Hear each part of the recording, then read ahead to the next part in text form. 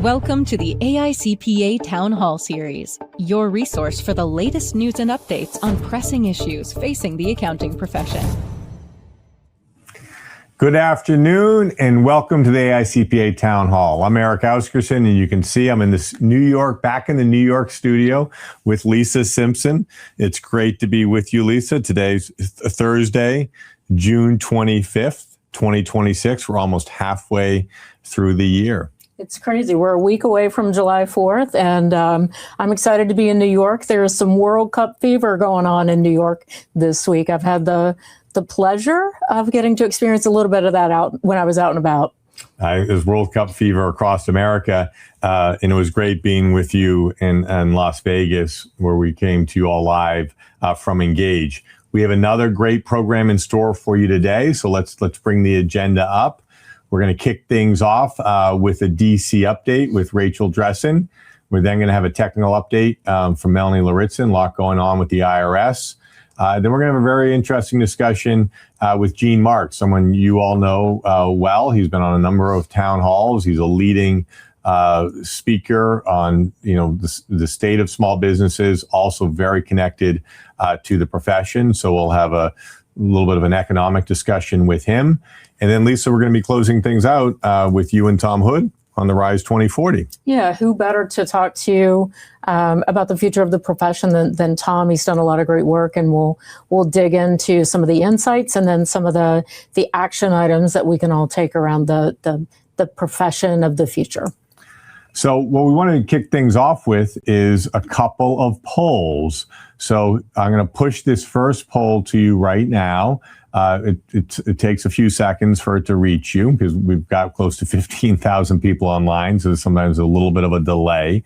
What we want to do is check the town hall's pulse related to which economic factor is having the greatest impact on your organization and or clients right now. And we have 5 potential answers. Lisa, is it inflation? I think we have more than 5, like 6 or 7. Inflation, interest rates, hiring challenges, regulatory or tax changes, tariffs. We'll be talking a little bit about tariffs later.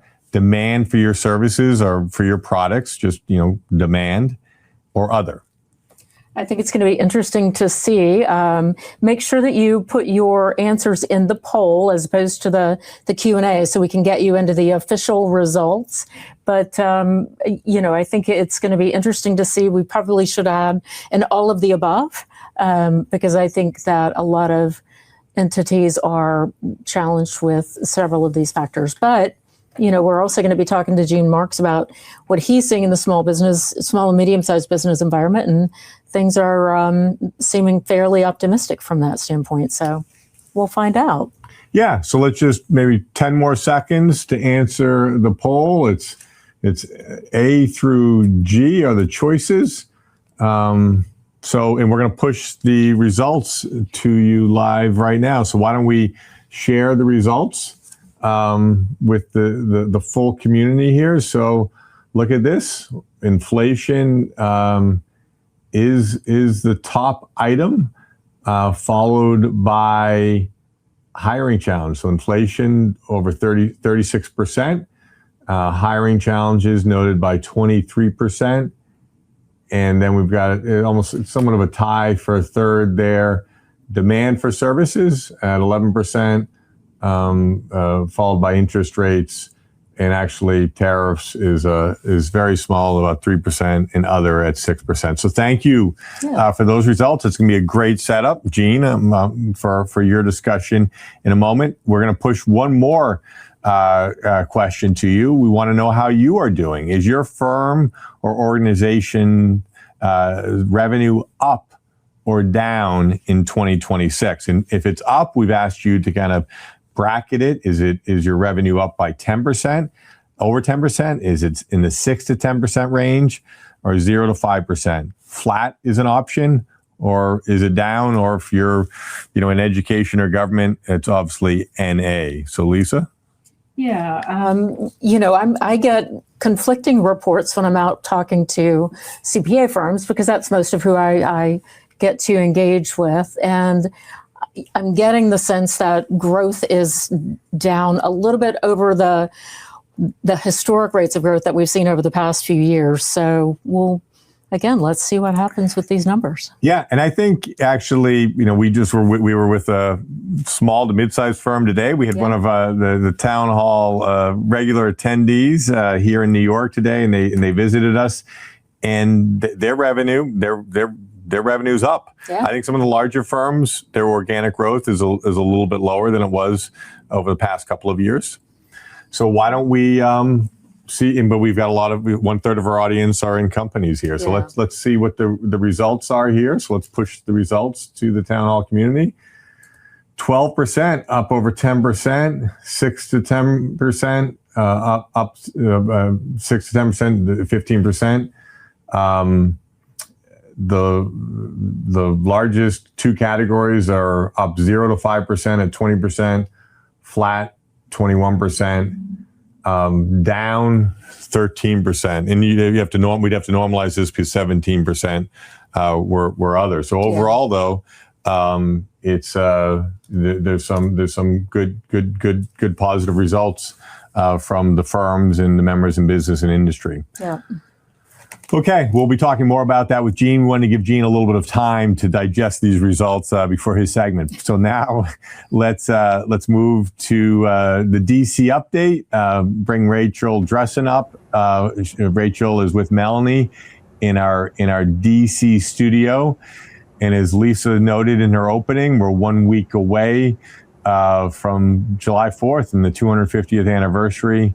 But there's always fireworks in DC. So I know there's a number of things that are going on this week, Rachel. Yeah, it's an active week as far as, both celebrating America's 250 and a lot going on in Congress here in DC.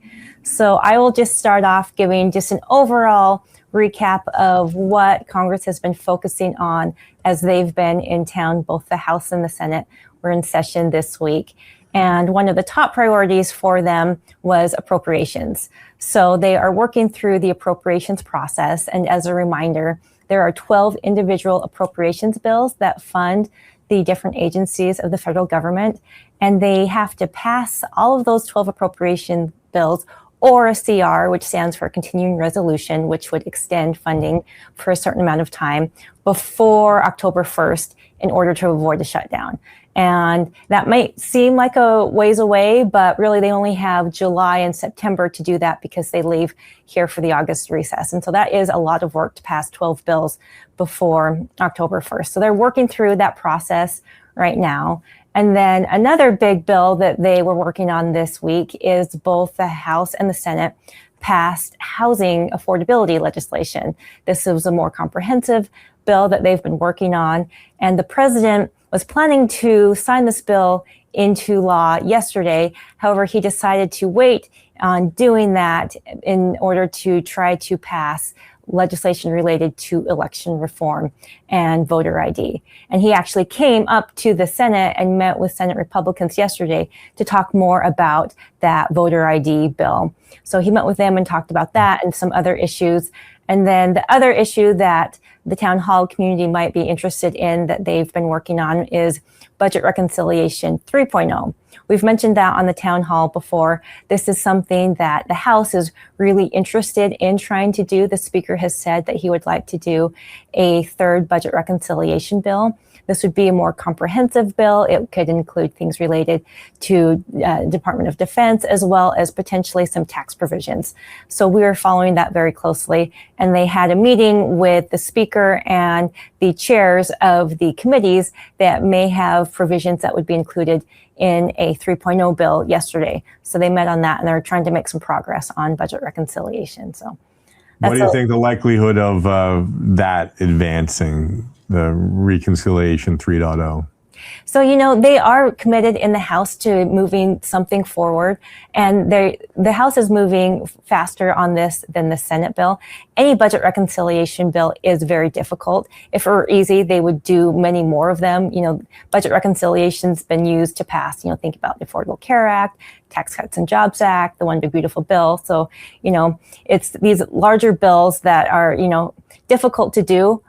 So it's something that they want to try to do, but it's also an election year. And so that also brings added challenges to getting anything major done. Well, we talked a lot about AI at Engage. It was clearly, the transformational topic of the day. We mentioned how $700 billion being invested in the U.S. this year, going to $1 trillion next year. So, no surprise that this Great American AI Act has been put forward. Yeah, so this is draft legislation that has been put together by two representatives. It's bipartisan. It's been authored by Representative Obernolte, who's a Republican from California, and Representative Trahan, who's a Democrat from Massachusetts. And it has 4 different provisions in it. So there are 4 buckets. And the first one I'll mention is one on frontier AI governance. And this is really focused on transparency and safety reporting requirements. There's also in this piece some language related to independent verification organizations that would be licensed by a newly created AI regulator. And they would essentially be auditors over AI frontier systems. And this draft bill is really focused on what are called frontier AI developers, so not necessarily the startups or just everyday corporate users. And then another bucket is on workforce development. So this is really focused on having programs and initiatives to help any workers who are either displaced or whose jobs are significantly changed because of AI. Then there's some language on cybersecurity and strengthening cybersecurity protocols, as well as research and international cooperation with other countries. So this is really the first, more comprehensive AI bill that we've seen. And again, it's in draft form.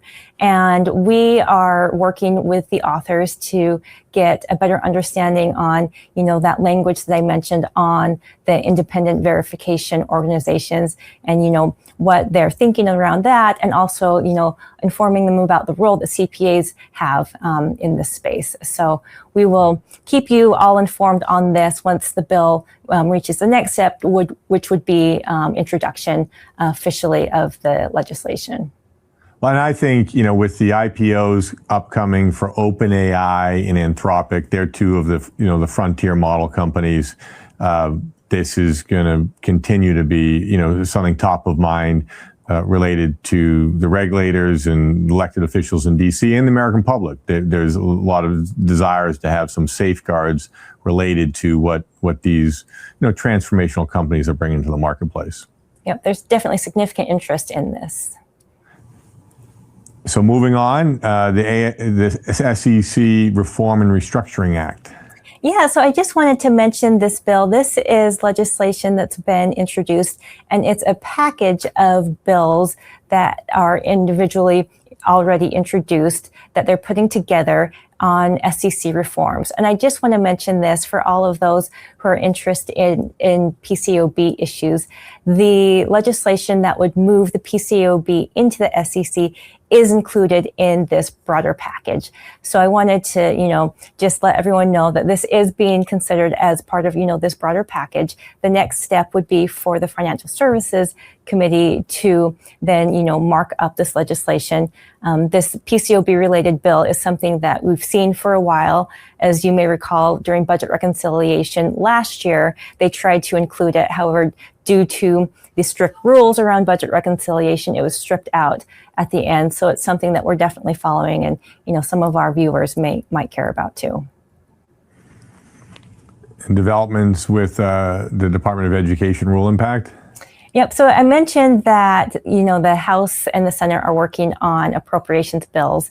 And for the House bill that oversees the funding for the Department of Education, they included some language in here related to the Department of Education rule that we've talked about before that puts those graduate student loan caps of either $50,000 or $20,500 annually. They included some language that requires the Department of Education to come out with a report to Congress on the impact of that rule on how it impacts, enrollment and pricing and things like that. So that report would occur after the 2027-2028 academic year. So that's when we would see that. And then also just on this issue, just breaking news earlier this morning, it was reported that a judge ruled on a lawsuit related to this rule to hold off on the implementation on this. So the implementation was supposed to be July 1st, and it's now being delayed as this lawsuit's going through the court process. So just wanted to mention that on this issue. Well, now on the tariffs, and as we saw, this was just 3% of the town hall community said this is one of the top items for them or their clients. Yeah, and so this is an issue that we just wanted to keep everyone informed on. So, as we've discussed before, the Supreme Court has mentioned, or they have decided that you can not use the AICPA, the International Economic Emergency Powers Act, to implement tariffs. And so the tariffs that were implemented on that are not constitutional. So what the administration has done is they have now started to implement tariffs using the Trade Act of 1974. So that is occurring with, some of these countries, as well as there are some tariffs on individual goods using the Trade Act of 1974. And then on that front, the Supreme Court made a decision just about a week and a half ago that they will not hear a case related to the 2018. So these aren't the current tariffs. These are the 2018 tariffs using the Trade Act, which might bolster the administration's use of the Trade Act. So that's the latest on the tariff front. Well, and then here, $95 billion in refund applications accepted. Yep. So on the refunds of those tariffs that were ruled unconstitutional, the refunds are going out about, we expect around 40 billion to have gone out by the end of June. And we're still in phase one, which is the less complicated cases. And it's to be determined when the next phases will occur. Right now, the administration is appealing a ruling on just the blanket refund process. So we won't know more about the next phases until that works its way through the courts. Well, thank you, Rachel. Great update. A lot of good questions have come in, and we'll try to get to a couple of them during open forum. So thank you. I'd like to bring up Melanie Lauritsen, who's sitting right next to Rachel in the DC studio. Melanie? Thank you. And like always, we always have a lot of activity happening in the technical world. And I'll go ahead and start with 2 days ago, they nominated James Gadwood to be the IRS Chief Counsel. Of course, he still needs to go through confirmation. And the Chief Counsel role is very important, especially as all this guidance is starting to move forward. And we don't expect controversy with him. So it'll be good to have somebody appointed to that position. Also, just yesterday, the National Taxpayer Advocate, she released her report to Congress where she did a recap of the filing season, this filing season. And in it, she described it as a divide between tax administration. And what she's getting to is what a lot of our members have experienced, which is if you were preparing returns electronically, you were able to get answers online or digitally, and you were able to get the refund direct deposit, all of these IT technology services, then you had a great filing season. But if you didn't fit that mold, then there were issues that you went through, and the taxpayer advocates started to mention and talk about these. And what you can see here is that, yes, there were more returns that were filed, and 98% of them were filed electronically. And of the ones that did have refunds, 98% of those received their refunds direct deposit. And so we do see an increase, and that's great. Now, another thing that the IRS did this year for the first time is usually when you call the IRS Service Center, the customer service representatives is unable to ever work on correspondence during their downtime. And what the IRS had found in last year's filing season is that there was 1.3 million hours of idle time for these customer service representatives. So this year they said, you know what, in your downtime, go ahead and work on that correspondence. Now, if you recall, the correspondence has been year over year the number one pain point for our members. So it's good that they're trying to get through that backlog. But it has come at a cost. And we see that coming as a cost on the wait times that people were able to get responses.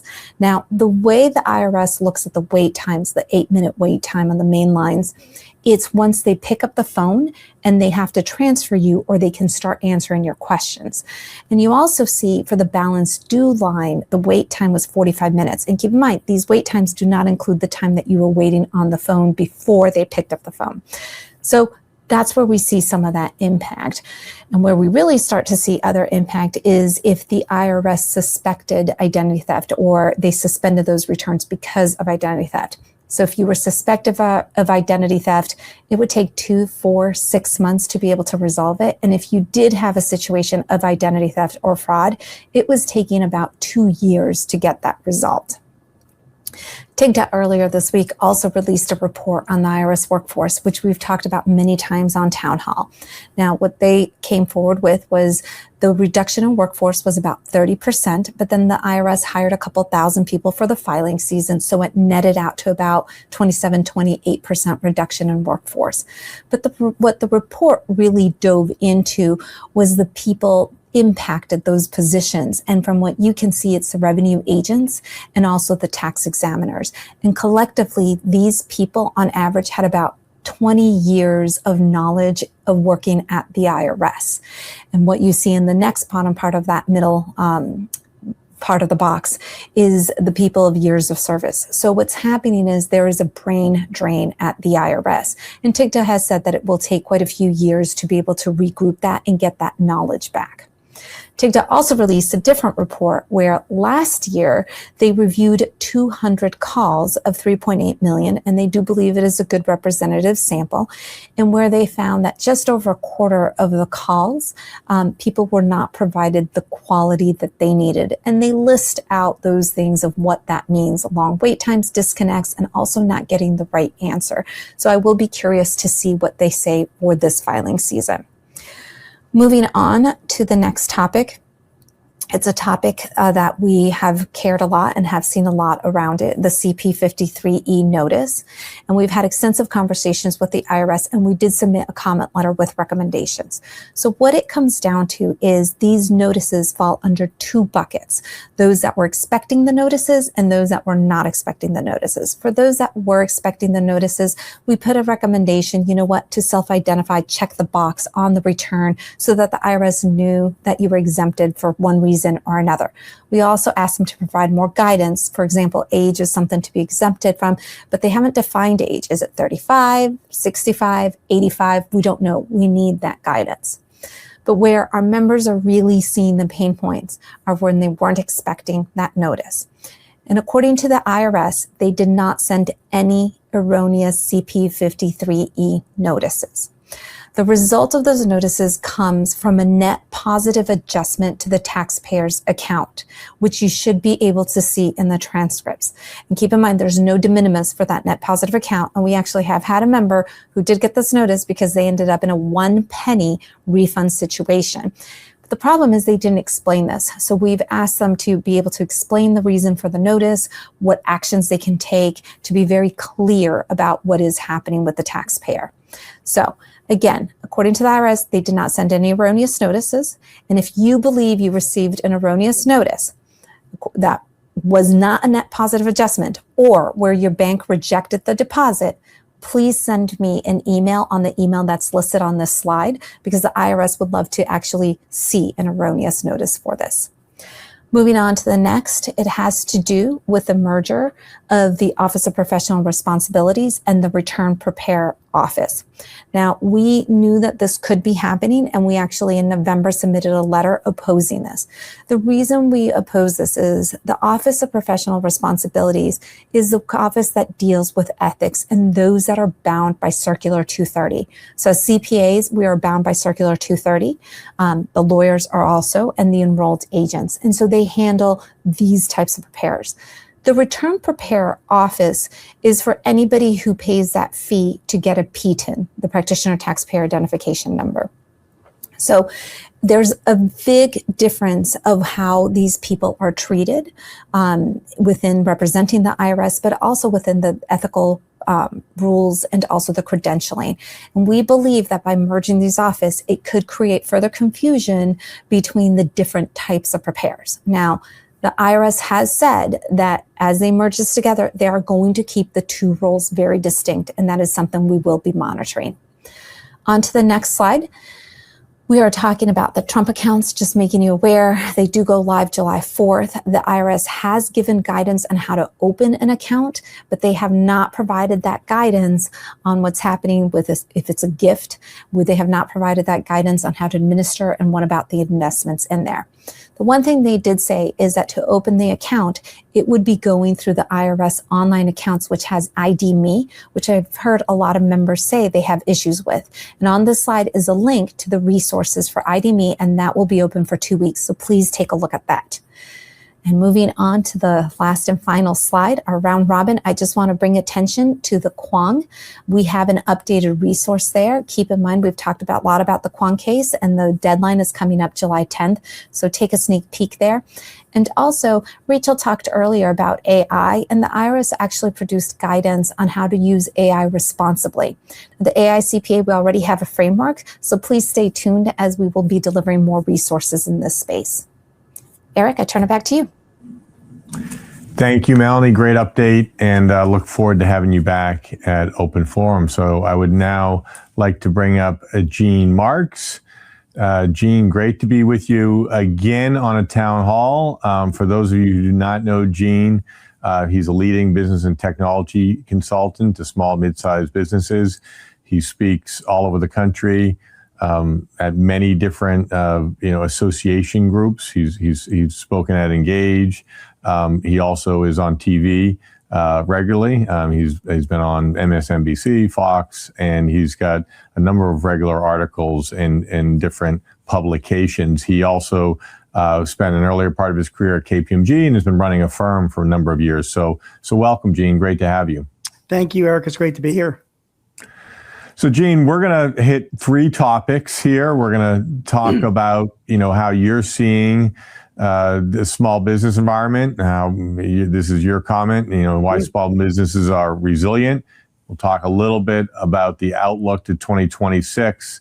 And then we always got to talk about what's happening related to AI, and you can bring us the small business perspective. So we can drop the slides. Lisa's going to join for some of this discussion. You saw our poll results. 50% of the audience is having positive revenue growth between 0 and above 10%. 20% are flat. Maybe around 15 or 18% are down. How does that, with what you've been seeing out there in the broader marketplace, what are your thoughts on the town hall results? Yeah.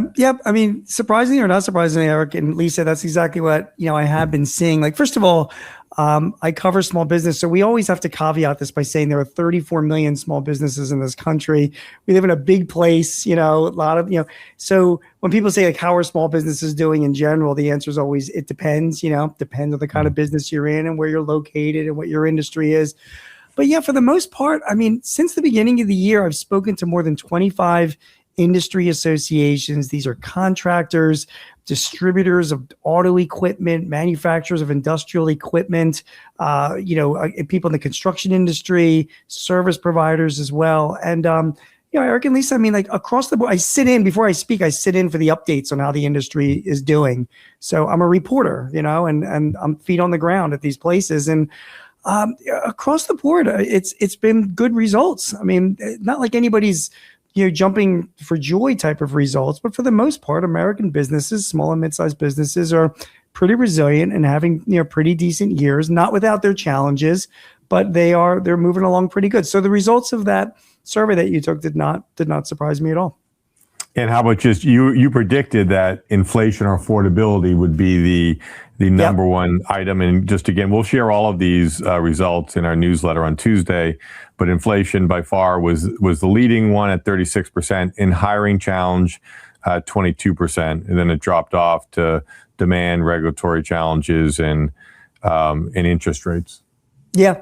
And even tariffs themselves were very, very low on as a high end issue, but it is affordability and inflation is the number one case. And speaking back to some of these associations that I spoke to, across the board, their costs, if you're running a business now, has increased anywhere from 20 to 40% in the past 5 years or so. So they are all struggling with that. And I think as us as CPAs, I think that does provide us with some opportunities. They are looking for ways to cut overhead. They're looking for ways to better manage their expenses. They're looking for ways to better forecast and budget. And I think that that's an opportunity for us to help them. If the one pain point of our clients that are in small and mid-sized companies across the board has been just a higher cost environment. I think that's something we should know when we go in and we speak to them this year. Well, you and I were talking about some of the different segments, and you were talking about the manufacturing segment, and you shared with me some of the results and how they're in the best state they've been in a number of years. Yeah, I mean, anecdotally, I have one client that runs a foundry business down in Georgia. He's got about 150 employees. Steel and iron, they pour it into molds and, they make, it's a quite of an intense, dirty business.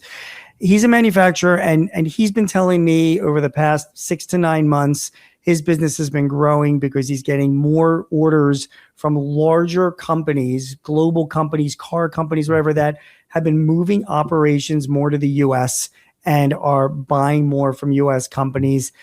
Is it tariff related? I don't, who knows? Is it, is it because people are trying to cut down on freight and want more domestic costs? But that's anecdotal.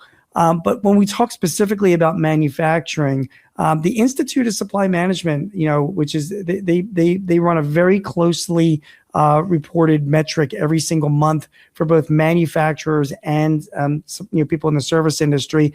They said they are reporting that for the past 5 months, manufacturing across the country has expanded, which is at the fastest rate that they have seen since the early 2020s, like 2022. So when they first came out with that for a month or two, you're like, all right, is this an anomaly or whatever? But it's been going on for 5 months, and I am seeing it out in the field. Again, we have to see more data to see if that's a longer term thing, but that industry has been showing some resilience. Construction industry has been propped up a lot by data centers and some home building, so that has helped. But they're the one industry I think that are most challenged because of high interest rates and the housing market the way it is. And the service providers themselves, according to ISM, continue to expand. People in the services businesses, regardless of the business across the country, have been experiencing fairly good years. Well, let's move to this. We're at the midpoint of 26. What do you see for the outlook for the remainder of the year? And we just saw, or just data point out we spoke about was the National Federation of Independent Businesses. Yep. And the business optimism factor. So most businesses, according to the NFIB survey and a couple of other surveys, Capital One Bank, Wells Fargo, are predicting, continue to say that businesses are optimistic. The levels are not as high as they were, as they were a year ago, but they are still above or at around, at least for the NFIB, their 60-year average. So that is good news.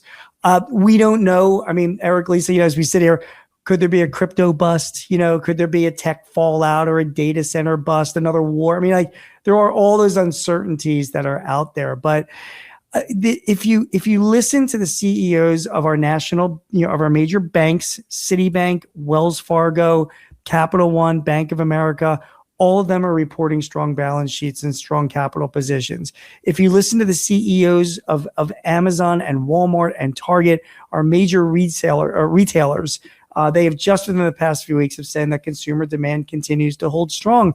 And if you listen to the CEOs of our major HR and payroll service providers, ADP, Paychex, they are reporting that hiring continues on, jobs are being added. And, in Paychex case, they say that, small business, hiring continues to be resilient.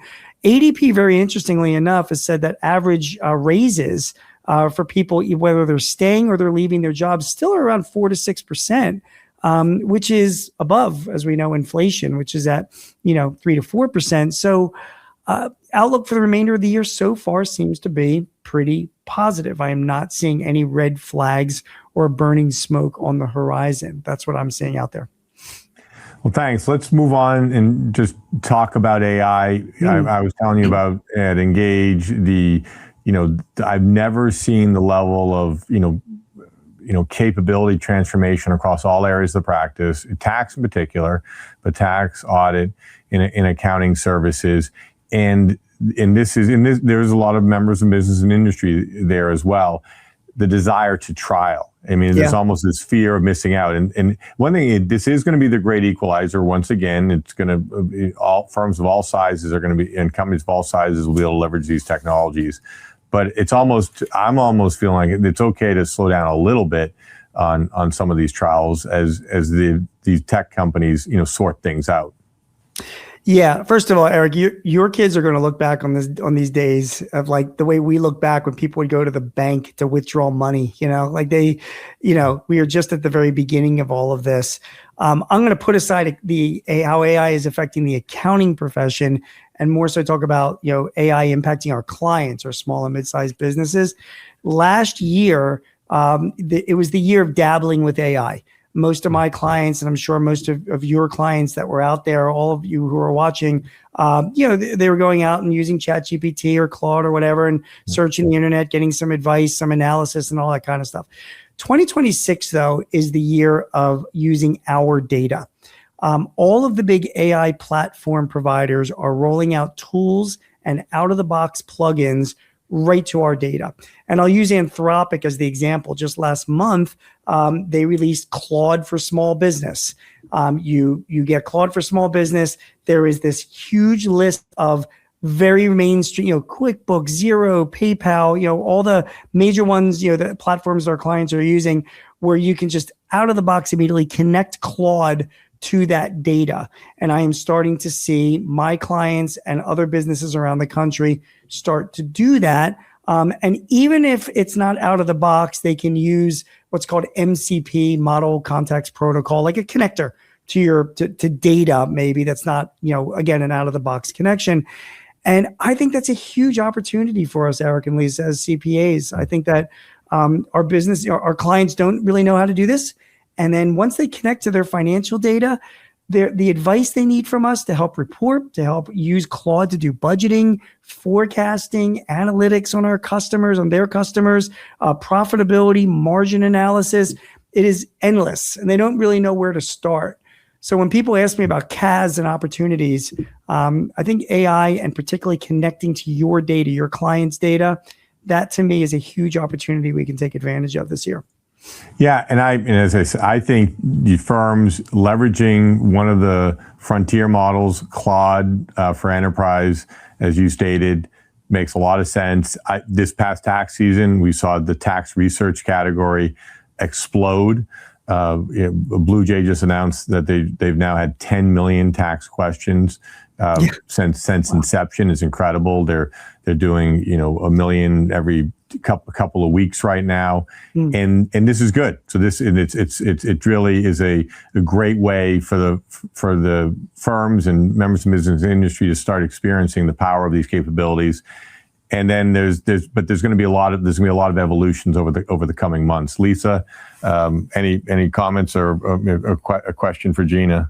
I think one thing that struck me as Gene was talking about AI and the rest of the year is a lot of the help that small businesses are looking for is they're asking their CPAs to be proactive and to move into that advisory role. And that's one of the main pain points between what the client wants and what the CPA is providing. So Gene's outlined one opportunity, and I think what he's talking about lines in perfectly to the Rise 2040 that we're going to talk about with Tom next, just shifting from that compliance, from that historian to the advisory role. And data is this magic key for all of that, right?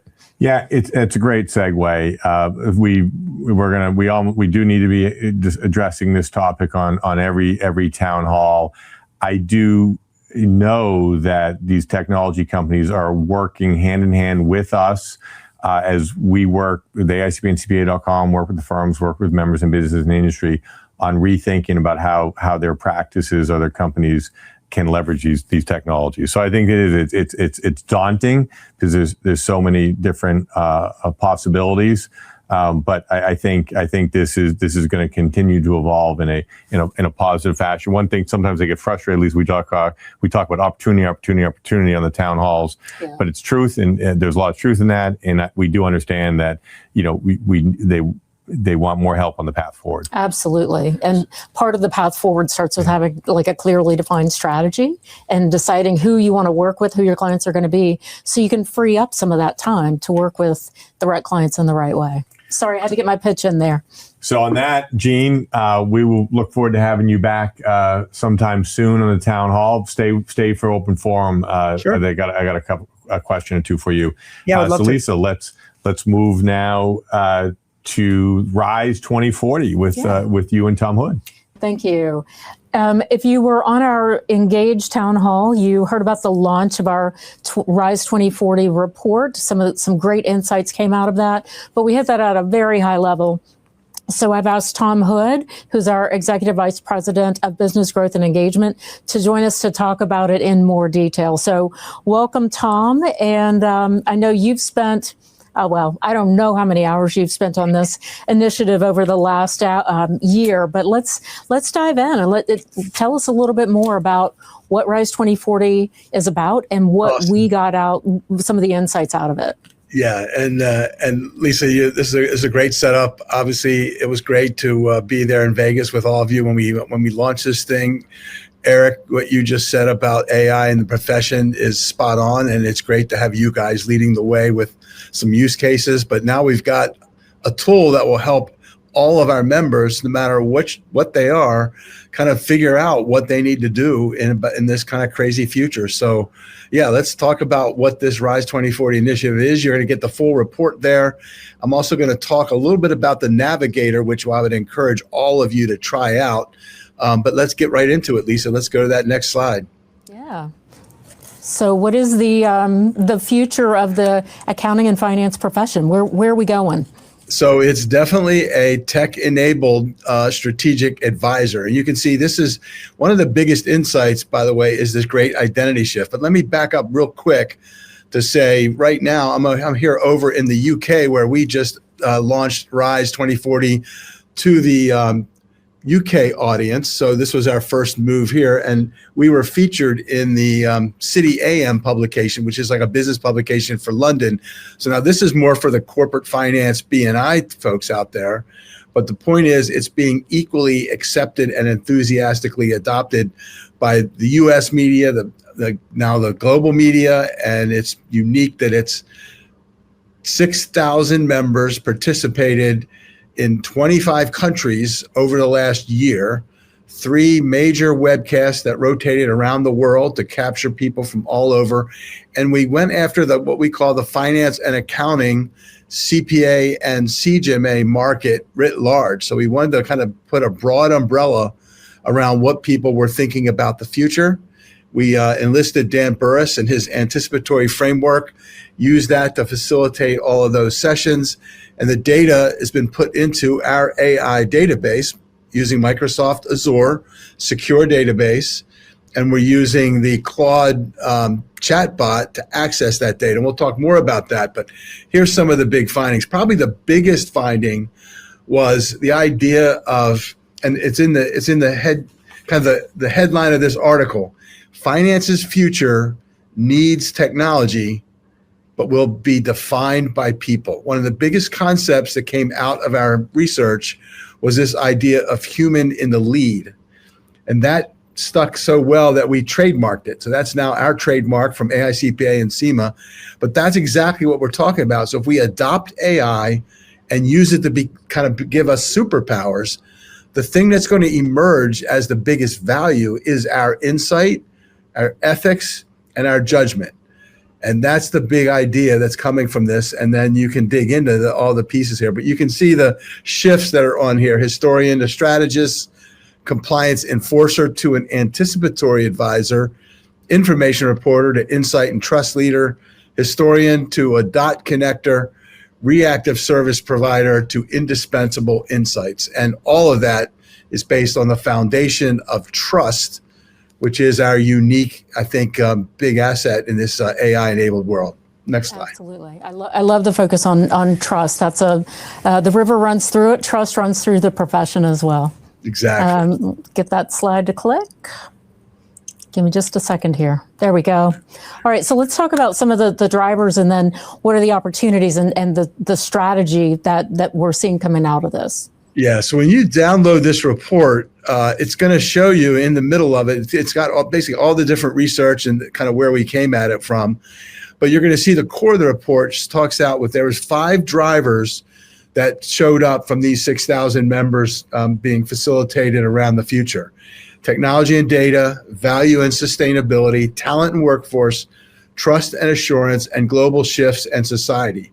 And in each one of those, we identified critical trends. They could be hard trends, soft trends, predictable problems, implications. But the key that was really exciting is that, and this is a Dan Burris principle, never think about a trend without the opportunity attached to it. So whenever you're saying there, I've got the trend I'm seeing, interest rates might be rising, like you just heard Gene talk about, or the core point would be, what would be an opportunity in that trend for me?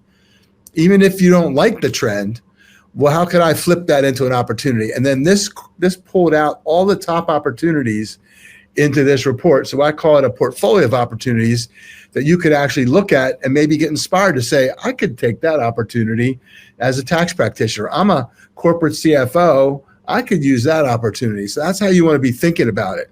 And then where it starts to come and the rubber hits the road is the strategic playbook. And Lisa, you were just talking about that. So there are 5 strategic plays that we gathered from all this data. An AI-enabled profession, number 1. Number 2, value model transformation. Yes, we're going to have to probably get rid of that billable hour thing.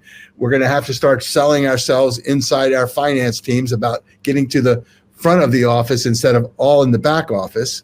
Workforce reinvention. Yes, we have to continue to attract new talent, and we have to make sure we're getting that talent and keeping it relevant. Trust and assurance expansion. That's new opportunities for our whole profession to build on that trust. Things like SOC reporting, obviously audit and attest, any of those pieces are where we can expand our role in assurance. And then finally, us repositioning our profession to be that human in the lead with AI. So yes, we will use AI, adopt it, but we will be the ones that are looking the customer in the eye or our CEOs in the eye and saying, this is what it means to us. So I think that's the kind of core piece. Again, trust being the integrated layer that runs across all of those drivers and plays. And Tom, for our audience that doesn't know what's a hard trend, what's a soft trend, what are some of the terms that we're using here, I would encourage all of you to download the report. Maybe not all right now. Give us, spread that out. And actually, it's in your materials. We uploaded it to the resources, so you've got it available right here on the On24 platform. But you're going to get so much more insight into the details behind these drivers, how the trends are determined, and some of the implications of the strategic plays. So a lot of great additional information in that report. But Tom, if we take that into the next steps, I love the line. I don't know if you coined it, but so what, now what? So now what? So now what? The first thing, so the other piece is that this report is a point in time, right? We cut off the data collection around February. We just did engage and we facilitated several thousand members by track. And that data is now going into this database. So it will be updating it in real time. So you can actually use this navigator to access this all along. But start here by saying, look at this report, look at what it says, and then treat it like a mirror that you're going to hold up to your organization or your career and say, are we doing the kind of things that this is telling us we should be doing? Pressure test your organization's vision against this report. Is this the area that, are we thinking like this, or are we thinking very much different, and why? And make sure you know what the reason for that. Rethink your talent and capabilities. It's got a whole lot about the future skill sets that are going to be needed. And then the idea is ask people in your organization, do they agree with this, or are they not sure about it? And that's okay. It's about the dialogue. So let's have a dialogue about what your vision of the future is versus our vision versus the 2040 vision. And that gives you a place to start to assess where do we go next. And that's the next now what stuff. Yeah, so let's talk about where do we go next, and the tool that is out here to take this theory into practicality and into action items. And that's really what I'm hoping we can spend the next couple of minutes about is how do we turn this into action and the tools that we have available. I mean, this is the most exciting thing I think that we did. So obviously, in order to do this in a short time span, less than a year, we decided we needed to use AI to help us. But just like we talk about, we wanted to put the human in the lead. So we collected data all the way up to last February. In March, we convened 2 advisory groups, one in the US and one from around the world, but we did it in the UK to save travel costs. So we weren't running people all over the world in one big meeting. Did the exact same process with these advisory groups, created the report, and now that's what you've got in front of you. But the Navigator allows you to go in and chat with the data set and all the research that was in there from all of those sessions. So I'll give you a couple of examples. I think on the next slide, we'll talk about what a tax practitioner came up to us at the Engage booth last week in Vegas. And his name is Angel Zhao. I don't know if he's out here on here with us, but he came over and was kind of arms crossed because he had just written an article for the Journal of Accountancy about his he's a solo tax practitioner. And he was a bit skeptical, like, what's this thing going to show me? I already feel like I'm written up by the Journal of Accountancy. I'm doing pretty well. He gets there, and after a couple of minutes, so he puts his prompt in, and he said, like, talk about what I should be doing for my tax practice. I'm a sole practitioner, and here's what I'm doing. And all of a sudden, it started spitting out this whole strategic plan for him. And he's like, he says, like, stop, I need to take screenshot. He was like using his iPhone to take pictures of the screen as it was scrolling. And so on top of it, he posted this on LinkedIn. The accounting profession built an AI to map its own future. I asked it how a solo firm wins. It didn't say get bigger. This week at AICPA Engage, Tom Hood walked me through the Navigator, built on input from 6,000 professionals across 25 countries. And I asked it, where do I go from here? The answer, not more returns, deeper relationships, trust and judgment as the product. I almost laughed because 2 days earlier, my first byline article for J of A went live. And I was showcasing 4 ways sole practitioners can set themselves apart. So he goes on to say boundaries that protect your judgment, proof of your expertise someone can find in 60 seconds, leading with value before fees. 6,000 professionals and 1 solo CPA landed on the same answer in the same week. The future what I love about this example, Tom, is that it's a small firm. It's a solo practitioner being able to use this resource. And to that point, your team created some sample prompts. I pulled just a few of them to add to this slide. But again, a whole list of sample prompts are available in the resources that you can download. Go in. I know a lot of the things that we might have said on the previous slide about what to do right now may not apply to your very small firm, but get in there and start asking very specifically about your firm. Tell it what you do, what your service line is, how you deal with your clients, and see what it comes back with you with, just to help you map your future, which I love. So the Navigator resource is available to all of you, and we'd encourage you, and it's free. So we'd encourage you to get in there and start playing around with it. Thank you, Tom. You're very welcome. Great segment there, Lisa. So we now are going to move on to some resource updates, and then we'll close with open forum. So first off, Gene, Mark's mentioned a little bit about the outsourced accounting services area, which we also call client advisory services, CAS, a lot of tools here to help you, drive that strategy forward related to your technology strategy. We've got the upcoming we have a benchmark survey being done right now. We encourage you to participate in that. If you participate in that, you get some additional data points that can help drive your practice. And I'm going to bring up one of these questions in open forum, but a lot of questions on how do you approach all these AI solution options. We've got a build versus buy framework for you, and we also have an AI solutions due diligence guide, questions you need to ask when you're selecting a particular AI solution. And I'm going to ask Gene about some of the safeguards that he's been thinking about. Lisa? So a real quick reminder that Leadership Academy applications close on June 30th. If you have interacted with any of our passionate Leadership Academy grads on LinkedIn, you'll see that they talk about the transformation that this program made in their lives. It is highly selective, but also highly intensive and focused on leadership development of self, of organization, of the profession. So just a quick reminder, applications are closing soon, and we want to make sure you get your application in if you meet the eligibility criteria. Also, at Engage a couple of weeks ago, we announced the launch of our CPA Trust national advertising campaign. So wanted to remind you again to be on the lookout for those commercials. We have a dedicated website that you can go to find them, to share them. But also, if you see a social media post, you can help amplify the messaging. As you've seen throughout the course of the entire conversation today, trust is a key factor in the profession, and we want you to help amplify that message and talk about what you're proud of in being a CPA and how you use the trust that your clients give you to change lives. Thanks, Lisa. That's a great overall statement being made to the broader marketplace. So let's now bring up all the panelists from today. Lots of questions, close to a record attendance on today's town hall. So Gene, starting out with you, a lot of questions came in.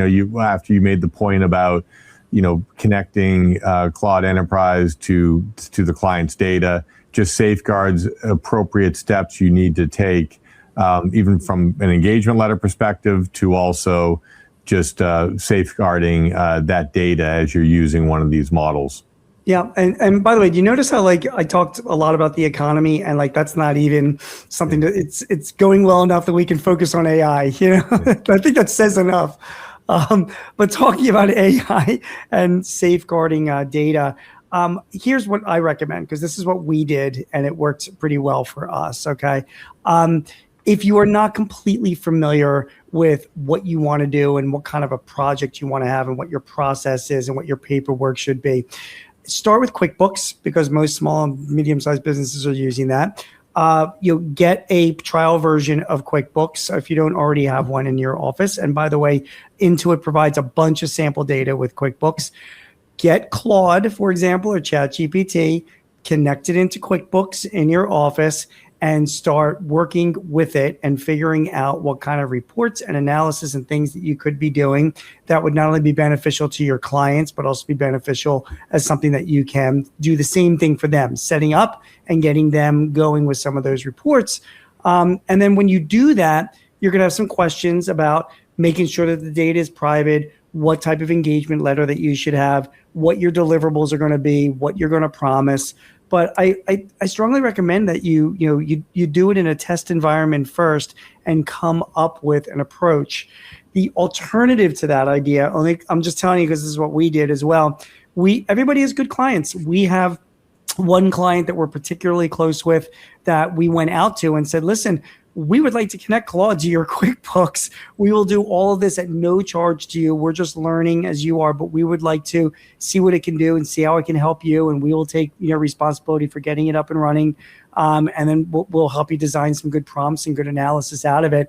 And it worked really well because as Mark Cuban said, there are 34 million small businesses in this country, and they're all looking for help with using AI in their business. And here is something that you can do as well. So long answer to a short question, but Erik, it's just you got to do it. You got to actually do it either in a test environment or with a good client, and then come up with what you think your deliverables and procedure will be. I hope that makes sense. And we're really in a lightning round. And I would say that some of the solution providers, you can do it with inside. That was one example. You can use some of these tax research tools. A lot of the solution providers are actually embedding Claude, Anthropic into their actual solution. So Lisa, we're going to have to go fast here. I got a question for Rachel as well, but I'll let you go. So I just want to acknowledge that we've got a question from the corporate accounting side of our audience. And so Tom, I'll be hitting you up and we'll add in some resources to the next newsletter on some specific guidance around how corporate finance teams could use this as well. I know we're on a time crunch. And I'll go, Rachel, just almost say yes or no. They just say the AICPA advocating with that AI bill related to the role of CPAs, kind of doing some verification related to the rules that are being put forth. Yep, we're working with the authors on that specific piece of the legislation. So yes. Thank you. So thanks, Rachel, Tom, Jean, and Melanie. Lisa and I will now close out today's town hall. Lisa, it's wonderful being with you here in New York. Here's the upcoming town halls for the remainder of this summer, and before you know it, it's going to be September. You never know when I'll pop back up in studio with you, so just stay awake. Yeah, we welcome you anytime, and it's great to have you in Durham. So please take the post-town hall survey, give us feedback. We will be sharing those poll results. Great being with you. Have a great 4th of July. Thank you for your participation. You can also subscribe to the AICPA Town Hall series on your favorite podcast platform, as well as watch archives on YouTube and find resources at cpa.com/townhall. Tune in for live broadcasts Thursdays at 3 p.m. Eastern Time.